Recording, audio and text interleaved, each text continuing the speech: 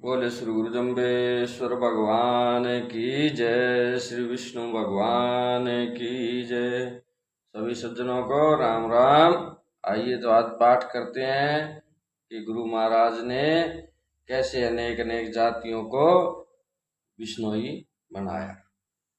ओम लोहे ऊंता कंचन घड़ियो घड़ियो ठाम सुठाऊं जाटा ऊंता पात करेलो यह कृष्ण चरित परवाणो बेठी काठ संजोगे मिलिया खेवट खेवा खेऊ लोहा नीर किसी त्रिवा उत्तम संग स्नेहु बिन क्रिया रथ बैसे लाज्यो काठ संगेणी लोहा नीर तरिलु नागड़ बागड़ भूला मैयल जीव तेमड़ खाई लो।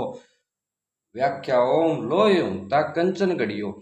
इस बात को सुनकर श्री जम्बेश्वर भगवान ने जाट से कहा, जिज्ञासु, जिस प्रकार धातुओं में लोहा कम मूल्य का होता है तथापि पारसमणि के साथ स्पर्श होने से छूने से लोहा भी सोना बन जाता है और फिर उसके पवित्र मूल्यवान आभूषण बनेंगे तथा लोग उन्हें बड़े चाव से अपने अंगों में धारण करेंगे अथवा करते हैं, उसी प्रकार घड़ियों ठाम सुठाऊं प्राय शौच स्नान हवन आदि नित्य क्रिया रहित भक्ष्य अभक्ष्य के विचार से शून्य ऐसे प्राणियों को, ब्राह्मण क्षत्रिय जाटों को ओम नमो स्वामी शुभ करतार इत्यादि मंत्र से अभिमंत्रित जल का पारस रूपी पाहल पिलाकर स्वर्ण रूपी बिश्नोई श्री जम्बेश्वर भगवान ने बनाए।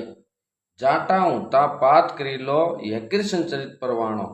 यह कृष्ण की अर्थात परमात्मा परमेश्वर की पतित पावनी शक्ति है जिससे जाटों अर्थात कुछ भी धर्म के बारे में ज्ञान न हो ऐसे व्यक्तियों को पवित्र बनाया, अर्थात ऐसे पुरुषों को मानव जीवन का वास्तविक मार्ग बतलाया।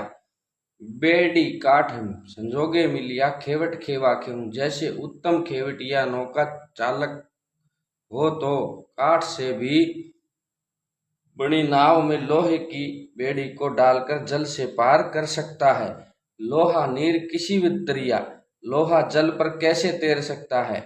उत्तम संग स्नेह, उत्तम काठ के संयोग से लोहा जल पर तैर सकता है। इसी प्रकार उत्तम पुरुषों की संगति पाकर नीच पुरुष भी धार्मिक कार्य करने लगता है तथा जन्म मृत्यु रूपी सागर से पार हो जाता है। बिन क्रिया रथ वैसल्या जो काठ संगिणी लोहा नीर तरिलु, ये जाट आदि मनुष्य यदि आज पर्यंत क्रियाहीन भी थे तो भी मेरा संग करने से उत्तम ज्ञानमयी रथ पर बैठेंगे, अर्थात मेरी आज्ञाओं को अच्छी प्रकार पालन करने वाले परमात्मा के नित्य धाम को सुखपूर्वक जाएंगे। जिस प्रकार काठ की संगत से लोहा जलाशय पर तैर सकता है, नागड़ बागड़ भूला मैयल जीव तेमड़ खाई लो।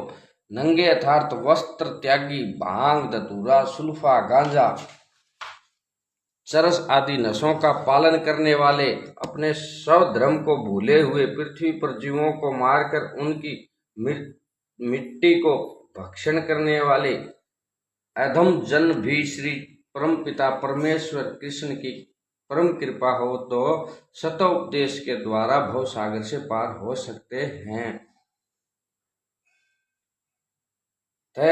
इन चार शब्दों को सुनकर जाट ने श्री जम्बेश्वर भगवान के चरणों में लंबा पड़कर प्रणाम किया और कहा कि हे सतगुरु, मैं आपकी कृपा से अति आनंदित हुआ। मेरे हृदय की भ्रांति दूर हो गई। आप तो परमेश्वर ही हैं। और ये जाट ने विचार कर करके माना और फिर गुरु महाराज ने एक समय बिश्नोइयों लोगों से, जाटों से पूछा कि हमने ऐसा सुना है कि जम्ब देव जी स्त्री भी रखते हैं। इसका बिश्नोई लोगों ने उत्तर दिया कि वे निराहारी निराकारी निरंजन श्री विष्णु भगवान का अवतार हैं, उनके समीप स्त्री का क्या प्रयोजन। पुनः जाट बोले कि आप लोगों को मालूम नहीं है, स्त्री तो वे अवश्य रखते हैं। इसी प्रकार परस्पर में विवाद होने लगा तथा और फिर निश्चय करने के लिए श्री जम्बेश्वर भगवान जी के पास पहुंचे। वहां जाकर पूछा कि हे देव, आप स्त्री रखते हैं अथवा नहीं। श्री जम्बेश्वर भगवान ने कहा कि हमारे पास स्त्री है पुनः बिश्नोइयों ने कहा कि हे देव, हम लोगों ने तो आपके पास न कभी कोई स्त्री रहते देखी न सुनी। यह सुनकर भगवान ने कहा, जिस प्रकार की स्त्री मैं रखता हूँ वह तुम मेरे शब्द से समझो, मैं सुनाता हूँ। तो ये शब्द कल सुनेंगे। बोले श्री गुरु जम्बेश्वर भगवान की जय।